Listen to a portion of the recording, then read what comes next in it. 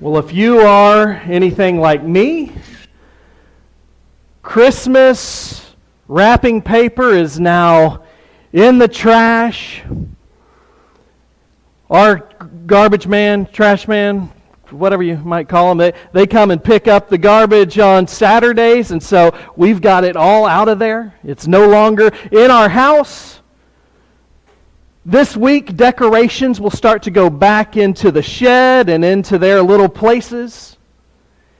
And we'll move from this time of getting everything ready and prepared and all the tinsel and celebration to a time of stillness and quietness. And I think back when I used to work in human resources before I came here, I would like to work that week between Christmas and New Year's because most of the time it was still and quiet. I usually would answer phone calls all day long about employees that were upset with their employer or managers that were upset with their employees. And I would answer the phone over and over again, but this week, no phone calls. No problems. Anything that I was wanting to work on, I got to do. I wasn't bothered by all the problems of the world. It was still. It was quiet. It was peaceful. And I liked it that way. And that's kind of how this life is at this time of year. We go from celebration to stillness, quietness. You see this happening in everyday life. There used to be there is a team in Florida. I think they're the Miami Marlins now, but they were the Florida Marlins. And they were 5 years into their existence when they purchased a championship team. In 1997, the Florida Marlins got enough players together. They were older players that were pretty good in their field, and they paid them a ton of money to come and win a championship for them. And this franchise was brand new, and so this would be something that it seems like maybe it would generate a big fan base. The Miami Dolphins have a huge fan base. They have an international fan base, and so there were people there that could support them, but in 98, the very next year, after they win a championship, instead of saying, now let's build this winning culture, they got rid of all their players. And they went back to the bottom of the barrel. They did the exact same model in 2003 and won a championship again. And then they did the exact same thing. Success for them, this great achievement for them, was not something that starts a huge movement. This was something that was their endpoint. They haven't done anything since then. And to this day, they are in the bottom 3 of fan base for a franchise. They didn't build on their success. They ended it. They chose quietness and stillness to where that's what it became. A franchise that didn't do anything after its success. We see this in the disciples, the apostles, after Jesus was resurrected from the dead, or after he went to the cross. We read this. On the evening of the first day of the week, when the disciples were together with the doors locked for fear of the Jewish leaders, Jesus came and stood among them. He said, "Peace be with you." After he said this, he showed them his hands and his sides. And the disciples were overjoyed when they saw him. Again, Jesus says, "Peace be with you. As the Father has sent me, I am sending you." Now, Jesus had told them over and over what was going to happen. He told them he was going to be killed. He told them he was going to go to the cross. But then he also told them he was going to rise in 3 days. And now the disciples have seen this. They've seen this with their own eyes. Jesus has come back from the grave. He's alive. And he not only is alive, but he's saying, I'm sending you. Just as the Father sent me, I'm sending you. You've had this time of celebration with me, but now you have a responsibility. But the disciples are behind locked doors. They're afraid. It wasn't that they rejected their faith. It wasn't that they were abandoning God. They were not. They were not unbelievers. They were still. They were quiet. They didn't know what to do. Jesus says, I'm sending you. And what's interesting is you see the very next chapter. A few days have gone by. In John 21, verse 3, Simon Peter says, I'm going fishing. He told the other disciples this, and they said, well, we'll go with you. So they went out, got into the boat, but that night they caught nothing. Jesus has sent them. They have seen a man come back from the dead. And he says, as Father has sent me, I'm sending you. They weren't unbelievers. They weren't rebelling against Jesus. But they were going back to their old way of life. Not as a rejection of Jesus, but when things get tough and when you don't know what to do, when you have this huge mission that you're called to do, a lot of times we go back to what's comfortable. You see, fishing wasn't disobedience for the apostles. It wasn't that they were rejecting Jesus. It wasn't that they were rejecting being sent out, but they went back to what's comfortable. They went to their default position. And what's that? We can go fish. Fishing for people or fishing for fish doesn't usually get you in much trouble. Fishing for people is a lot more difficult. As we've done this 3-week series, we've talked about making room for Jesus in a crowded world. And each week we've kind of gone through these different rooms of our life. The first week we talked about making room for Christ in this crowded world. When there's so much things going on, we often push Jesus to the margins. And then we talked about how Christ searched out people. And often in this cluttered world, we push people out in the margins. And today we're going to be talking about God's mission, and sometimes we just fall into the stillness of this world, push it out to the edges, instead of going and being sent as God sent us. And so this first room that we're going to go into is a room that will show us that God is already moving. His mission is already moving. I love how Pat said in his communion talk, how God came, God had this plan. At just the right time, He sent Christ into the world. Not when we were ready, but He knew it was the right time. God's always had a plan. God's always moving. And it's our job to see if we're going to step into that plan or not. Jesus shows that God is always working in this world.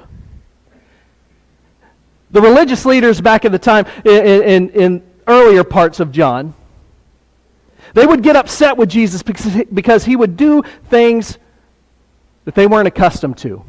He was willing to heal someone that was paralyzed on a day everyone was supposed to be still. Everyone was supposed to be quiet on the Sabbath.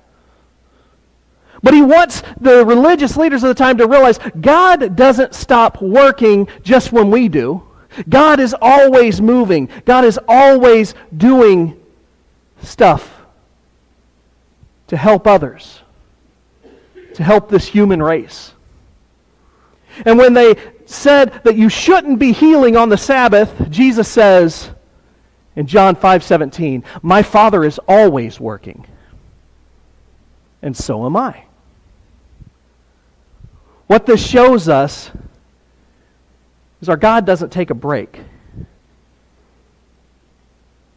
He's in the game of giving mercy and healing and compassion. When Dane was born, I stayed at the hospital overnight. Dane had a few complications, and so Mary and I were there almost a week, and I realized a hospital is not a place you can go to get a lot of rest. There's a lot of things being monitored. You hear a lot of beeps going off. People coming in and out of your room. And even though the lights might be dim in the hallways, these doctors and nurses are always working. They're monitoring the situation.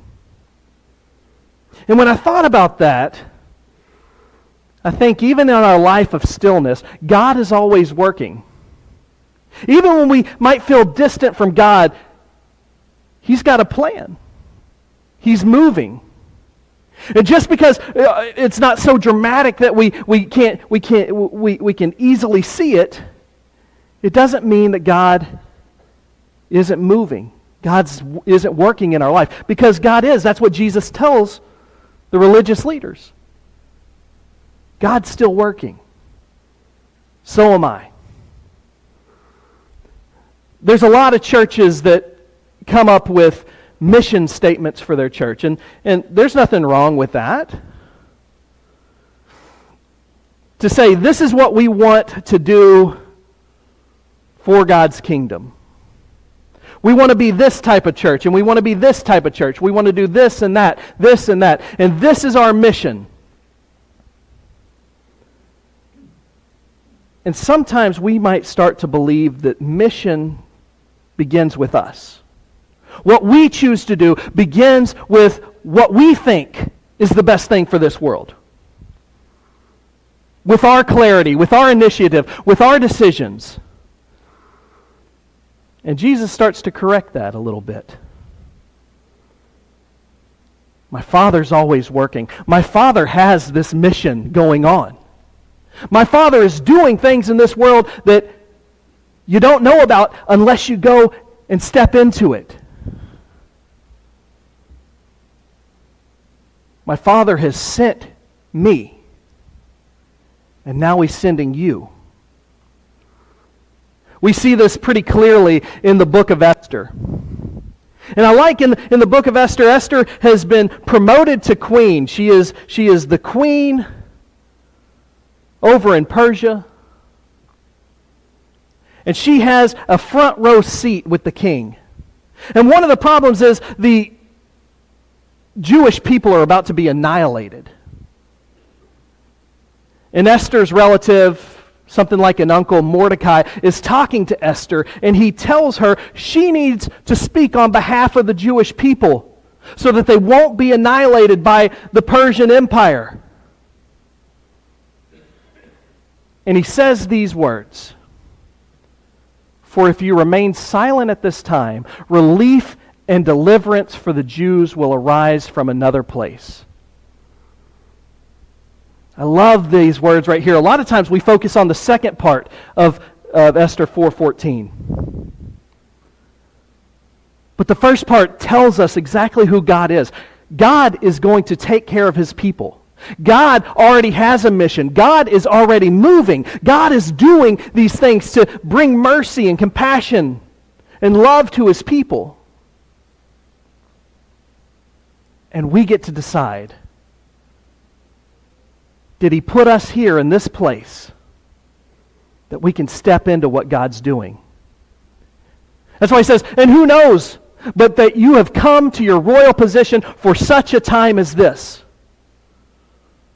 Why has God put you here in Kilgore, Texas, or the surrounding community? Why has God put you in the school that you're in? Why has God put you in the job that you're in? Why are you where you are today? We might think that nothing big is happening. But if we look around, we'll see that God's moving. And God has you in this place for a time such as this. You see, God's work is not dependent on us. He will come and bring salvation and tell others the good story of Him, whether we choose to step in it or not. But our lives get to be formed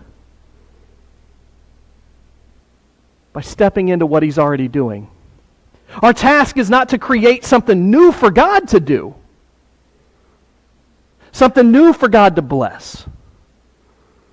But our task is to discern, where is God moving in this world? Where is He moving in Kilgore? Where is He moving in this community?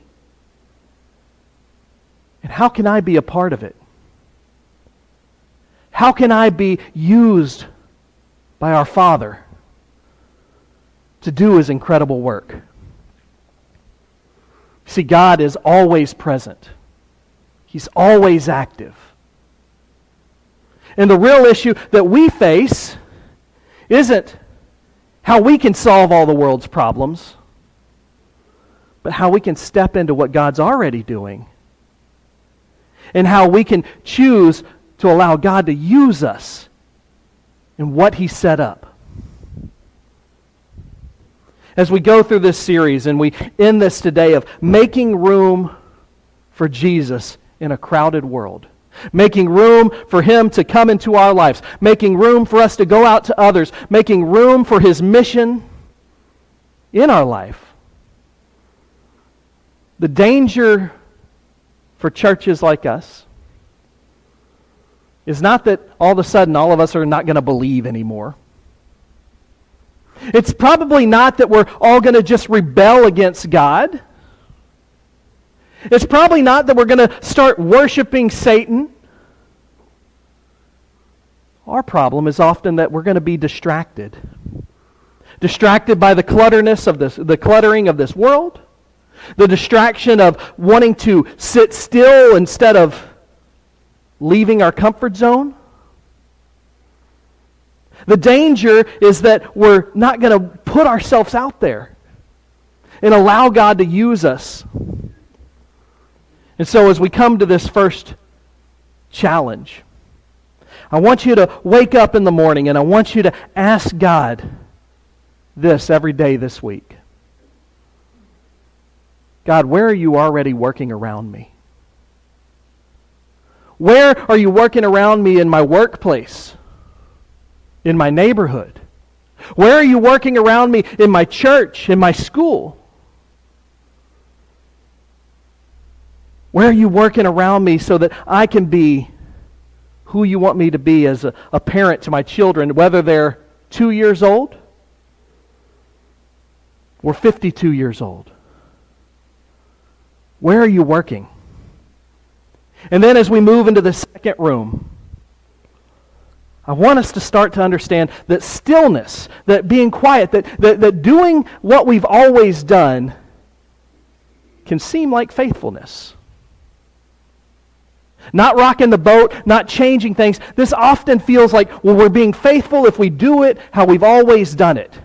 And I want us to go back to this room where Jesus meets the apostles. The evening of the first day of the week, when the disciples were together and the doors were locked for fear of the Jewish leaders, Jesus came and stood among them and said, "Peace be with you." Remember what's going on with these apostles. They're nervous. They're not moving. Something big has happened, and yet they're not willing to go out. They're willing to go fish because that's comfortable. And stillness might feel like faithfulness because we want to protect what we love. We want to preserve what matters. We want to stay close to what feels safe. And that's how we are with the church a lot of times. We don't want to rock the boat. We don't want to move out of our comfort zone. We don't want to do this or that because it's not familiar. You see, comfort settles us. Comfort convinces us that we're fine right where we are. If we show up at church like we always have, everything's fine. If we say our prayers at night, everything's fine. We'll just go through the motions of life, and things are fine. Stillness is nice. Peace is good. But I want you to think about the early Christians. In our Wednesday night class, what we've been talking about is the history of the church. And what's fascinating is the first 300 years of the church.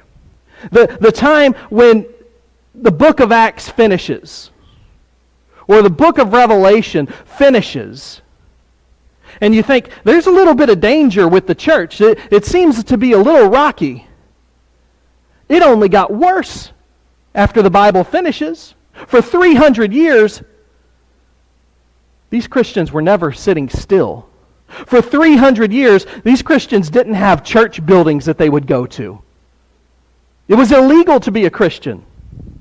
For 300 years, they didn't have budgets that they were working on. They were running and moving. But this didn't shrink the church. The church grew. Stillness didn't grow the church. Movement did. And the church flourished, even behind prison walls. The church was moving, and the church was growing. And so often we got to see in the stillness of the life we have, what does the church look like? A few months ago, I talked about this, and I talked about the Oxbow Lake versus the river. And as I learned that term of an Oxbow Lake when I was at A&M in an ecology class, I thought it was an interesting thing. The river once rushed quickly, and floods came, and so it diverted the path and made this nice, cool little pond, cool little lake. But over time, debris filled up, and the lake got cut off from the river. And in 2026, we're going to talk about the river that's moving in our life. And I believe that's God's mission. That's where God's working. God's moving in every direction. But Chandler Street and a lot of churches, sometimes we get focused just on ourselves. Just what's going on in here. It's nice, calm, still waters. But the river's moving outside these walls. Good things are happening. We're good people. We're faithful people. We're a community. But God's moving outside these walls. The river's rushing outside these walls. And this is what happened to to churches that were once vibrant and going out there. I think about all the things that this church used to do. We used to have this bus ministry. I've had people stop me as this past year. A guy on an elevator told me, I went to Chandler Street. We were in San Antonio, Texas. He said, I went to Chandler Street Church of Christ because I came on a bus ministry. What happened to the bus ministry? Well, times changed. Well, what have we done to replace that, to go out and reach folks? There's been other things. Our ministries might change, but God's mission still moves. And one of the things that we've got to realize is we can't just be stuck here in the lake. We got to reconnect ourselves to the channel, to the river. You see, God doesn't abandon the still waters. It's not that God says, look, y'all don't do anything anymore. And it's not that Chandler Street doesn't do anything. But He wants us to be connected to His mission. He wants to shape us into the people where he can use us just for a time like this. He wants to open up the channels, remove the debris, anything that keeps us from Him. And He invites us to move with Him. One of the things that should be happening in the next month or two is this auditorium is going to change. It's going to look different. These pews are going to go away. There will be chairs that will be set up. This carpet's going to go away. It'll be replaced with some flooring. And it will look different in here. And part of it is because a lot of these pews are breaking after 50 years. The carpet has beautiful spots on it all throughout. It's worn. I think we're going to like the comfort of the chairs. But I want us to realize that aesthetics also preach. That we're not just the same comfortable church that comes here like the Oxbow Lake and just gathers here, but I want, whenever we see something different, to preach to us. That we're called to change. We're called to be different. We're called to go out into this world. This week I want us to see, where have we settled into comfort when God's calling us into movement? As we go throughout this time, it's not just chairs that will change. But you've seen over the past year, certain things have changed in here. Not because we just want to keep up with other churches. Last year we had a congregational meeting. We'll do that again on February 1st. Where we see how can we step into God's plan? How can we step into His mission? One of the things we said is we go through the motions too quick. We go through communion too fast. And one of the things people said is we need to slow down in there. And a suggestion we had was show a video in the middle of it. And so we tried it because we want to honor this time where we proclaim who Christ is. And there's other things that move and change. Not just so we can keep up with other congregations, but so we can do what God's calling us to do. And sometimes that means we got to let go of certain things that are holding us back. And this is the third room, is we let go of what's holding us back in this life. In 2 Corinthians chapter 5, verse 20, it reads, "We are therefore Christ's ambassadors, as though God were making His appeal through us." And I want you to think about, what is an ambassador? An ambassador represents the United States, or whatever their country they're from, and they go to another country, and they try to help out and represent our great country in a foreign land. In 2014, there was an ambassador named Deborah Malik. And so Deborah Malik was appointed by Barack Obama, and she was the ambassador for Liberia. And then President Trump appointed her as the ambassador for Uganda later during his term. And in 2014, there was a big outbreak of Ebola. We might remember this. And it was scary. And they were clearing people out of there, and they asked Deborah if she was wanting to go home, and she says no. Just because times get hard and uncomfortable, this is the time they need me here, not the time for me to leave. This is what an ambassador is called to do. To go out during times that are tough. Following Jesus means learning to let go of the life we planned to receive the life God's giving us. And as ambassadors of Christ, we're called to go out into this world and do as Max was singing and led us in. I love to tell the story. To tell others about the good news of Jesus Christ. Today is the last day that we will have our sign-ups for our Go groups. You can always join a Go group after this, but at the beginning of the year, I'm going to start putting this together. And Go groups are something that I've been talking about for about 6 months. You might have heard it over and over again. There's been sign-up sheet out there for, this is week number 3. But only about 25% of us have signed up. And maybe because it's new. Maybe because you see no one signed up in that area. I don't want to sign up and have to be put as the leader. And let me tell you, just because you sign up doesn't mean that you'll be the leader, that you have to do certain things. But something's holding us back from signing up. At least 75% of us.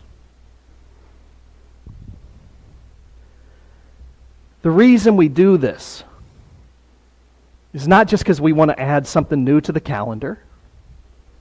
It's not just because we want to do something new, but we believe, or I believe, God has a mission and He's working in this community. And we've set out things, whenever we put these different groups down there, we set out, well, where do we think God is needed and where do we think God is working? And we listed these things. These are areas that we can move into God's mission. Ways that we can allow God to use us for our community. Ways that we can leave these walls and go step into something. So I want to challenge you. What's keeping you from signing up? What's keeping you from moving? What's keeping you from stepping into God's mission? What is keeping you comfortable in your seats so that you can go out and move outside these walls? Ask yourself that. As we close 2025,